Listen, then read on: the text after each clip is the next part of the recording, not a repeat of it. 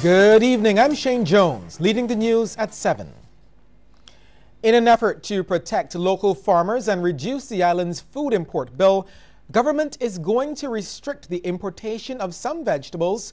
Agriculture Minister Dr. David Estwick has announced he'll be going to Cabinet shortly to give the Barbados Agricultural Development and Marketing Corporation, the BADMC, sole authority to bring in these commodities. Lisa Lord has that story. The Agriculture Minister says Barbados cannot continue importing certain vegetables that can be easily grown here.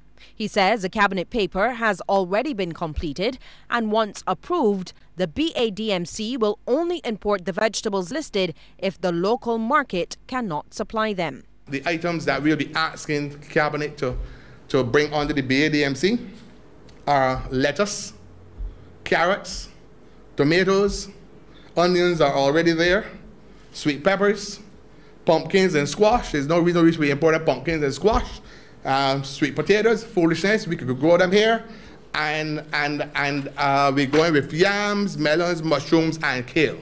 There are some others like broccoli and so on we cannot effectively produce in Barbados. We have to understand that, if we are going to manage the connection or the linkage between the agricultural sector and the manufacturing sector, agricultural sector and the hotel sector, it is now critical that we get down to the point where our production capacity has to be enhanced. As it relates to predial larceny, Minister Estwick says the current legislation will be repealed. He says the new act will be called the Agriculture Protection and Development Act. Dr. Estwick says the legislation has been completed and is ready for the cabinet. And while he did not give the details, it will include stiffer penalties. Within that legislation, there will be provisions that allow for effective traceability, effective registration, and in addition to effective registration and traceability, effective policing of areas where agricultural produce are vended.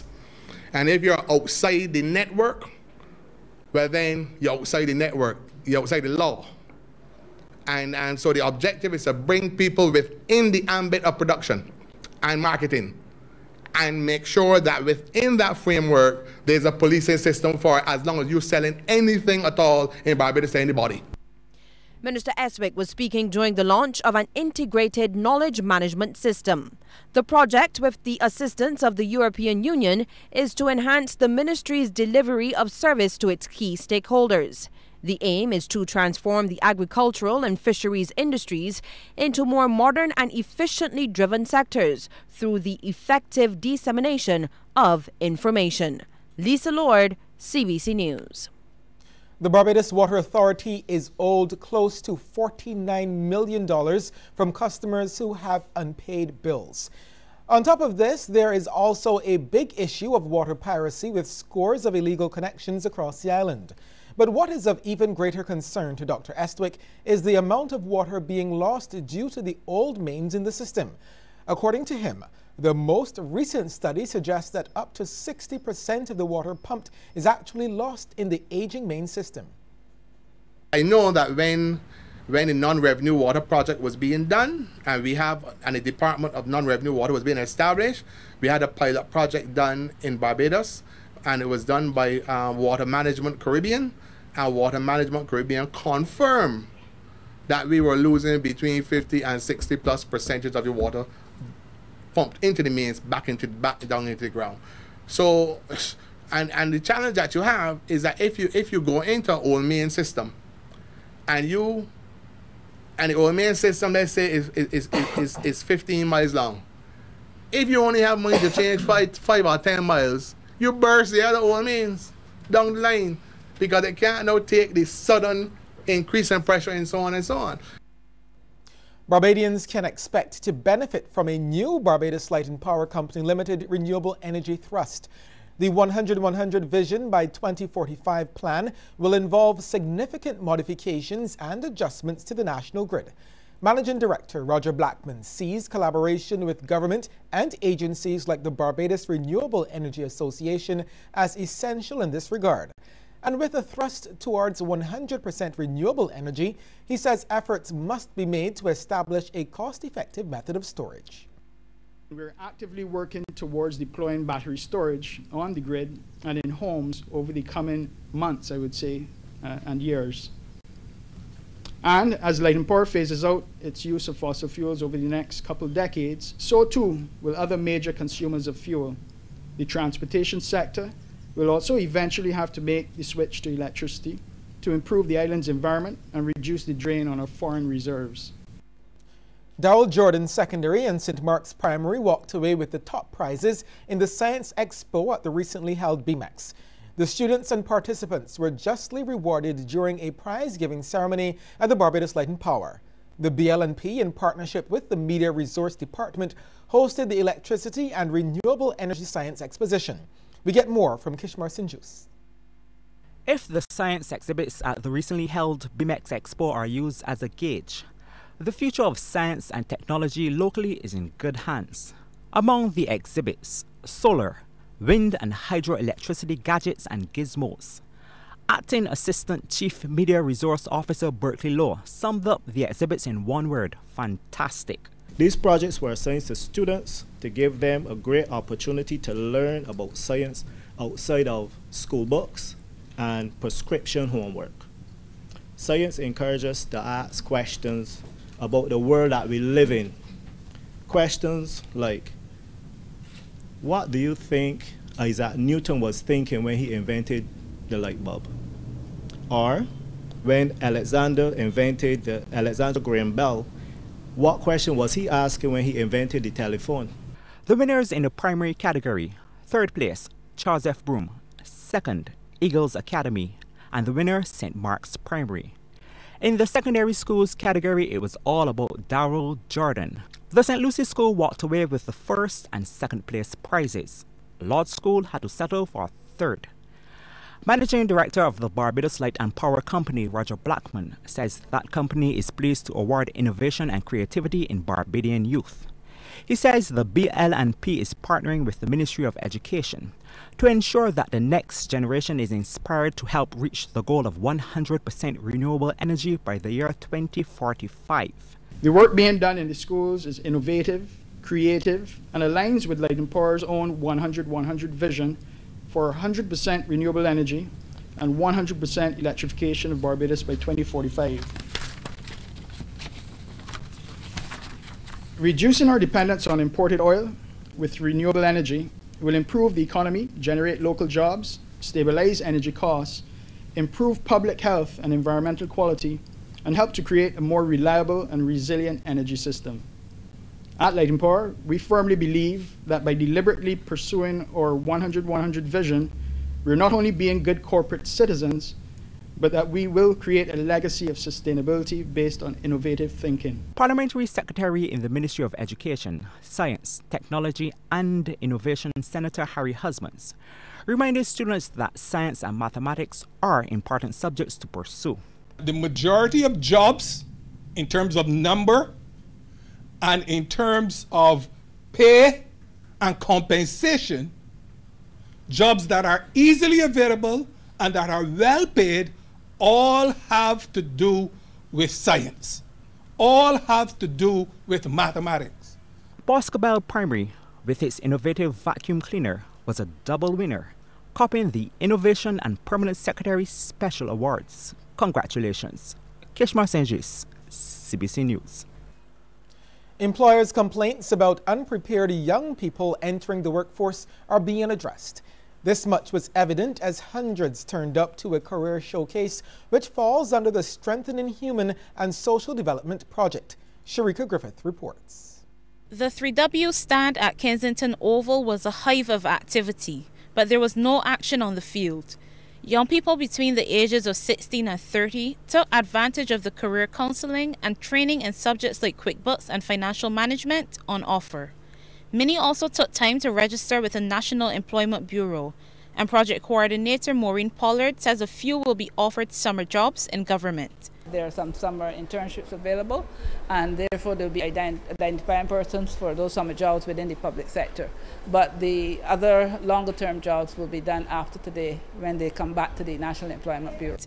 Ms. Pollard describes the turnout as overwhelming, as there were lines of people waiting outside the various training sessions. I'm glad to see that the young people are responding, and they have been really taking a great interest in the training courses. And that's been one of the concerns, because we're doing things like preparing your CV, we're doing how to dress for the world of work, interpersonal communications, things like that are work-related skills. So in addition to just trying to get them into the jobs, we want to make sure that they're going to be well equipped so that they can do the interviews well and they can be ready for the world of work. CBC spoke with several attendees. Some admit to worrying about finding jobs once they complete their studies. It's a big concern because after studying for so long, you want to get out there and earn some money, the fruits of your labor. So hearing a lot about unemployment is a big concern for me. It's really hard, to be quite honest. I know other people struggling to get a job, they can't get a job. They might have a master's degree, they got the degree, but they still can't get a job. So I know it's really hard. But mostly, they were eager to get the maximum out of the opportunity. I'm just looking at all the different opportunities available to me.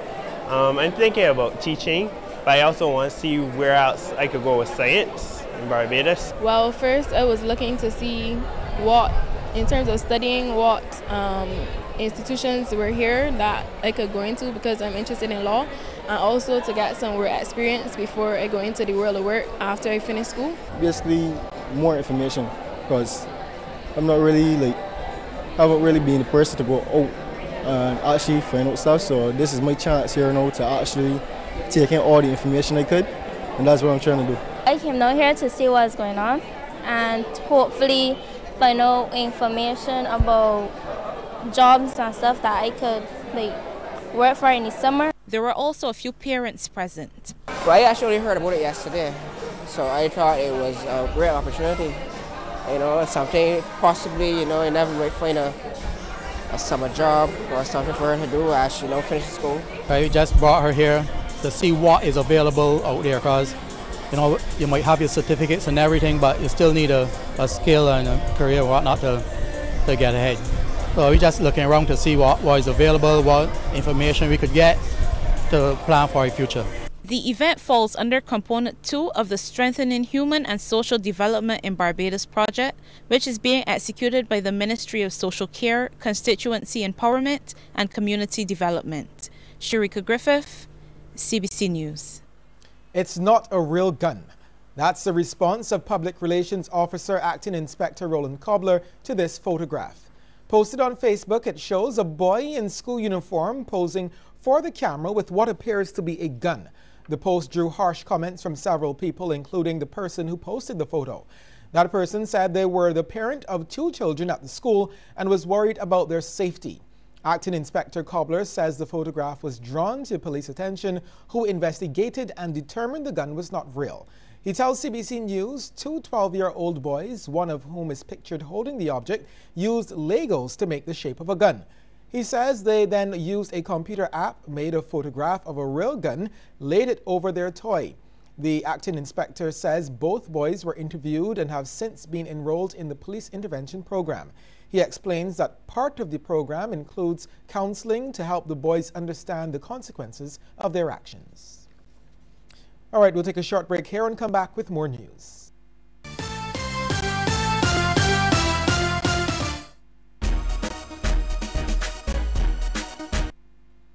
Don't let your data experience slow you down. Step up to Digicel, Barbados' fastest 4G network, more than twice as fast as the slow network. Get more with Digicel.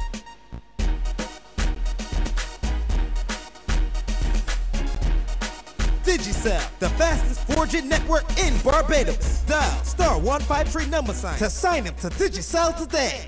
Yes is a beautiful word. It empowers us. It brings satisfaction. And since you earn up to 3% cash back on everyday purchases with the Scotiabank Gold MasterCard, that's a lot of satisfaction, a lot more often. Plus, you get a welcome bonus from the get-go. Scotiabank Gold MasterCard is the card that keeps on giving, so it's easier for you to create many more precious yes moments. Apply today. Peoples, we store just got even better. Come on in. Come down to the new renovated People's Market in Tudor Bridge with bigger aisles and even more in store. All your general grocery needs. A whole new fruits and vegetables section. Beer, wine and liquor. A wide selection of meat and fish. And everything for your outdoor chilling and barbecue grilling. But most of all, everything at low prices. Right, Miss Edwards? That's right, Ma. And now we have the People's Mall too. People, come on down to the People's Market in Tudor Bridge. Are you positive? You are negative. HIV free. Are you positive? You are negative. Get tested and see. Are you positive? You are negative. Are you okay? Are you positive? You are negative.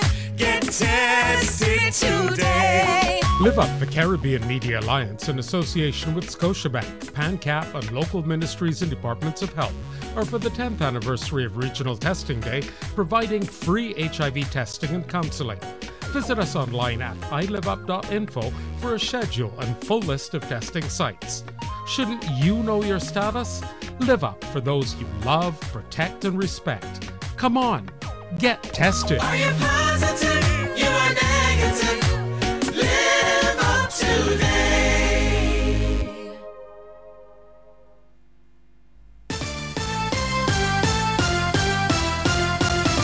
Over the past few days, many social media platforms were saturated with status updates and posts about songs that have been and possibly should be banned for the crop over 2017 season. It's a topic that comes into focus almost every year, and today we here at the CBC took a closer look. This is a list of some of the songs over the past 10 years or so that have been banned, pulled from rotation, or deemed unfit for play, whatever you want to call it. It's nothing new, and as we have found out, goes back many, many more years, spanning both political parties and established as well as rookie artists. From the mighty Gabby with Boots in 1983 to Cerul's 2017 offering Not My Vote. Barbados' most decorated calypsonian, Red Plastic Bag, says it's part of the art form. For years we've had songs that were pulled from the airwaves, and I think what happens is that radio stations tend to protect themselves from lawsuits. They're making sure that they don't put anything out there that is libelous, and it's generally a way to protect yourself. Bag himself has had a song pulled, Pluck It, back in 1989. I felt, as though, oh dear, my song is going to be taken from the airwaves, but it actually made the song more popular. So that's what usually happens when a song is taken from the airwaves. People tend to go after it. Let me hear exactly what this song is saying. So I think that these songs that were pulled are actually going to become more popular. The Bag has advice for artists whose songs have been pulled. First of all, you have to establish why it was pulled, and then you try to address it, or try to adjust the approach to the song. Try to make sure that the reason why your song is being, if you're comfortable with what is being said about the song in terms of why it was pulled, and you try to address it. But it should not be seen as any failure on your part, because it doesn't mean because the song was pulled that it wasn't a good calypso, or that it wasn't a strong calypso. But it's something you probably need to look at and address to make sure that your song is not pulled again. There is a view that some songs are banned to protect radio stations from lawsuits, while others, who some view as vulgar, continue to play. Everything influences people, but some of them are just not very creative. That's my opinion. Some of them just aren't creative. When you reach a kill, always be same thing. Even back in the days, always be what this big man, real thing. So you feel it should be banned? I know if they ban them, the music ain't gonna be like, real thing, ain't gonna be like one thing, ain't get that feeling no more. Calypso ain't gonna be like, what's going on too. The older heads do it before, and certain men, you understand, that the people recognize, it don't be a problem. So why the youngsters doing it now, it should be a problem. Everybody got their own way of expressing certain things, so it shouldn't be nice. So you think it got influence on your people? Yeah, in a way. Bad or good? Bad. Bad. So that would encourage young picnics and things to do, you know? So then you think they should stay on the areas or not? No. And some aren't too bothered with the implications. They just want to party. Play sit on Purple Heart. Play Papa Turret. That's a nice song. I like this song. Performers in the Party Monarch and Sweet Soca competitions now know the positions they will be appearing come July 7th. This year, a number of newcomers will be vying for the crowns, and artists are generally optimistic about the music for the season. Meanwhile, at least one young entertainer wants crop-over veterans to play a bigger role in their development. Here's Kareem Smith. These are the finalists for the Sweet Soca and Party Monarch competition. Among them are a number of new faces, including Jamar, Scribes, Safia, Nickman, and Hollaback. Hollaback, better known for writing Machel Montano's hit song Tell Me, is excited about his chances. I'm glad I pulled 15 because I'm a newcomer to this stuff, so I would get to see what people are doing. Not that I'm scared, but you just get to see what they're doing and just warm up myself and be prepared to pelt out some greatness. Meanwhile, veteran artist Red Plastic Bag is knocking critics of this year's competition who believe the music is not yet up to scratch. He says this is the usual rhetoric. We need to allow music to go where it wants to go. I think that we try to put too much judgment on music, and music is an expression. People are expressing themselves how they want to express themselves.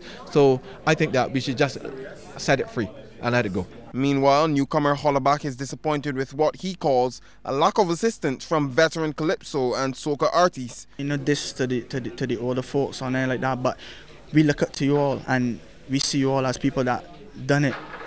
If you get what you're saying, we see you as people that done it. And when people go on the veterans, some veterans go on the radio and they say, man, we there to help the youth. And then when we go to them direct, it's like we get that blind eye. So you know what I mean? But I can't let that stop me because I'm supposed to help myself. You know what I mean? If no one is helping me, then I go help myself. I'm not saying that every veteran is like that. However, Marve, who's witnessed a tremendous amount of success over the past few years, has had a different experience. I would say a big part of that is being part of the big show. We got RPP, Grinder, Adonijah, Pumpy, Classic, just list, Gabby, just on and on this list. And it's like a university, and I feel like they're my professors. But even outside of the tent, I think that if you give a good energy and a respectful energy, this is all it's really come down to, that they will give it in return. So if you come in saying I don't need to hear nothing from no quote-unquote older heads, they're going to say nothing to you. They're going to say, cool, go ahead. But for any time you come respectful, they are overflowing with advice. With a combined 7 newcomers in the Party Monarch and Sweet Soca semi-finals, the competition will have a new look this year. And come July 2nd, Barbadians will know for sure whether they're poised to take it to the next level. Kareem Smith, CBC News. Plans are well advanced for one of the Caribbean Broadcasting Corporation's biggest crop-over celebrations, the massive soca and pork lime after party. Workmen were busy putting the final touches on the stage and various tents ahead of the event, which begins in the car park from 11 a.m. and runs until 1 the next morning. Marketing specialist Alicia Hinson says along with its regular partners, the event coincides with Regional HIV Testing Day, and those officials will also be here. During that time, we have Regional Testing Day, and that starts from 11 a.m. So you can come and get the rapid response results. And then we go on to having our 98.1 DJs live in the car park. We have some corporate sponsors with us as well, and you can come through and you can apply for loan with the Barbados Workers Union Credit Union. You can check out a car with Consolidated Finance and MQI. You can get Hurricane Prepare with Easy Pave. You can also get your early bird Bacchanal Time show tickets here. Early bird only here at CBC tomorrow. So there's so many things happening. 3 new bands, a cultural showcase from an overseas entrant, and an after-party are some of the innovations little ones can look forward to in this year's Junior Kadooment. Producer of the event, Rico Cumberbatch, made the disclosure as band leaders or their representatives took part in the draw for positions at the National Cultural Foundation. Lisa Broom tells us more. 18 bands with thousands of little ones will cross the stage in front of the judges on July 29th during Junior Kadooment. Event producer Rico Cumberbatch says it will be an all-day party on and off the stage. There are plans for a fair that will happen simultaneously with the official jump-up, And following that, an after party with DJs and special performances. One of the highlights of the day will be a contingent comprising mostly children from Bermuda. H&H Gombe Troop from Bermuda will be a part of Junior Kudumut this year for the very first time. This is something that hasn't happened for Junior Kudumut before. It usually happens for Grand Kudumut. And as I said, it's a band out of Bermuda doing a cultural showcase, and they'll basically open the Junior Kudumut experience this year. The number of bands has grown, moving from 15 in 2016 to 18 this year. And while things can get very competitive among the band leaders, one of the newcomers says she's just in it for the fun and the experience. Amanda Wilcher's band is Wonderland Experiences in collaboration with Wills Primary School. It's going quite well, actually. It's going quite well. I actually like the planning part, and I designed the costumes myself. And then I have Kaylee Designs, who actually are making the costumes for me. But it's been a really good experience. Very, very enjoyable. There's also Dragonfly, which will pay tribute to outstanding designer Renee Radcliffe, who passed away last year shortly after leading her band, Jump Promotions, through the National Stadium on Grand Kudumut Day. One of the band's representatives tells CBC News the sections will reflect themes Renee has covered over the years. Lisa Broom, CBC News. After the break, we'll take a look at stories making headlines across our region. Diamond Dazzler, it's time to play. Diamond Dazzler, the new instant $250,000 scratch game from the Barbados Lottery. Available at select lottery outlets. The globally harmonized system of classification and labeling of chemicals. GHS. Be careful, read the label. It's safety awareness for all people. Be careful and read the label. Safety while using chemicals is the goal. Global labeling, communicating safety information to you. So read your label and please be sure before you pour. The globally harmonized system of classification and labeling of chemicals. GHS. I have diabetes and nothing stops me because I decided to maintain my blood sugar spikes and weight in control. That's why I choose Glucerna Hunger Smart. It helps me manage hunger and minimize blood sugar spikes. Glucerna Hunger Smart has 15 grams of protein to help you manage hunger as part of your weight loss plan. Glucerna, your good decision of the day. Barbados Lumber Company, Waterford and Spikestown will afford Barbadians the opportunity to prepare for the hurricane season with 20% discount store-wide this Friday, June 30th and Saturday, July 1st. That's right, 20% discount store-wide at Barbados Lumber Company this Friday and Saturday. Get your lumber, plywood, permaclad, nails, torchlights, batteries, and other emergency items at bargain prices. This offer does not apply to cement and already reduced items. Terms strictly cash. Barbados Lumber Company.